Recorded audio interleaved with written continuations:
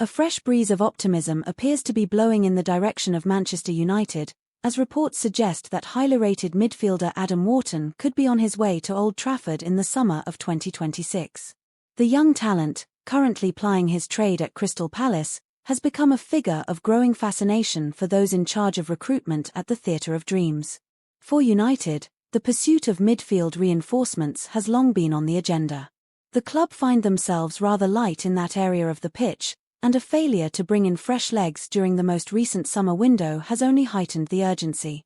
Wharton, with his poise, vision, and maturity beyond his years, has emerged as one of the leading names on their shortlist.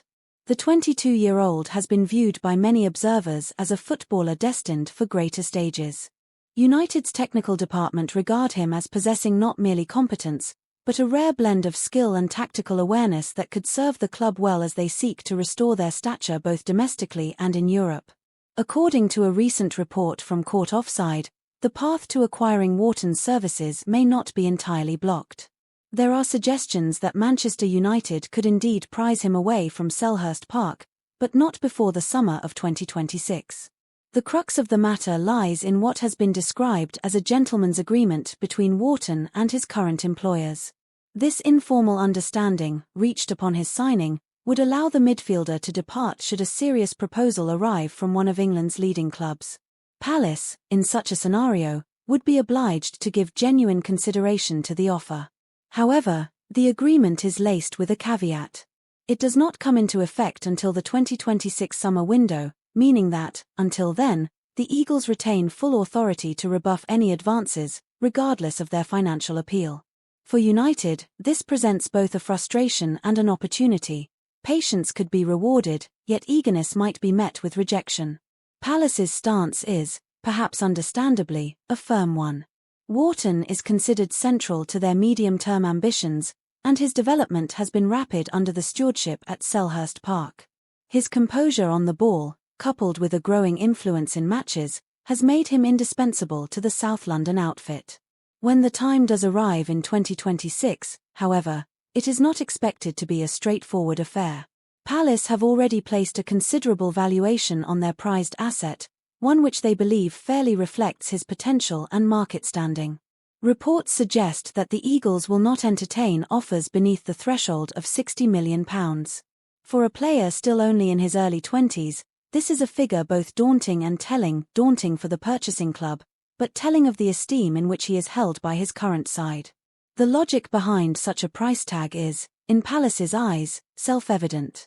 Wharton is young, English, and already proving himself at Premier League level. In the current climate, where midfielders of similar age and promise command astronomical fees, £60 million is considered less a gamble than a statement of worth. For Manchester United, the attraction is obvious.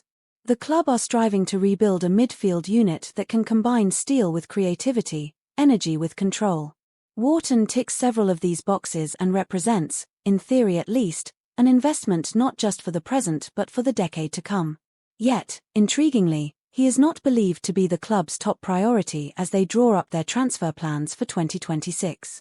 Manager Rubenamorim, newly charged with reshaping United's fortunes, is thought to have his eyes set more firmly on Brighton and Hove Albion's Carlos Baleba. Baleba, who has drawn plaudits for his dynamism and versatility at the heart of the Seagulls' midfield, is reportedly the leading candidate in Amorim's strategy for rejuvenation. Wharton, while admired and closely monitored, is viewed as part of the secondary layer of targets. This does not diminish the seriousness of United's interest in the Palace man. Manchester United are once again reported to be pursuing the signature of Brazilian goalkeeper Caio Santos, a player who has quickly become one of the most talked-about young stoppers in European football. The Premier League giants had tabled an offer in the region of £30 million, roughly equivalent to 589 billion rupiah, during the previous summer transfer window, in an attempt to lure the 23-year-old away from Eintracht Frankfurt. United's interest in Santos is not fleeting. Scouts from Old Trafford have been monitoring his progress for well over a year, charting his rise in the Bundesliga with growing admiration. Negotiations were even reopened towards the latter stages of the transfer window, signaling how highly the club regard him. Despite these overtures, Frankfurt remained resolute. Determined to retain their first-choice goalkeeper, the German outfit stood firm, while Santos himself opted to stay put, valuing both continuity and the chance to develop further in the Bundesliga. With time running out and their pursuit thwarted, Manchester United turned elsewhere. On deadline day, they secured the services of Belgian goalkeeper Sen Lammens from Royal Antwerp, a move that was presented as both opportunistic and strategic. Lammens, only 21 years of age, penned a 5-year deal. The initial fee was reported at €21 million, with a further £3 million payable in performance-related add-ons. For United, he represents a long-term project, though the hierarchy never disguised the fact that their preference had been Santos. Indeed, German outlet Bild has since underlined that João Santos was the number one target for United's recruitment team. While alternatives were considered, including Aston Villa's Emiliano Martinez, the club's gaze was firmly fixed on youth and potential rather than established names. Frankfurt, for their part, are under no pressure to sell. Their valuation of Santos is set at a formidable €60 million, exactly double the figure United were prepared to commit in the summer. With his contract running until 2030, the German side hold the stronger bargaining position. That contract length, combined with Santos's stature within the squad, makes an imminent transfer improbable. For United, already conscious of balancing the books after a sizable outlay in the last window, it is a complication that cannot be ignored. Adding to the intrigue is the Brazilian's recent injury history. In April, Santos suffered a significant knee problem that sidelined him for nearly 4 months. Such an absence would usually dampen a player's market value, yet in his case, admiration across the continent has barely waned. Clubs from across Europe, including Wolves in the Premier League and Galatasaray in Turkey, have kept a close eye on his rehabilitation. Such has been the interest that Santos's medical team even shared detailed reports of his recovery with potential suitors to ease any lingering concerns.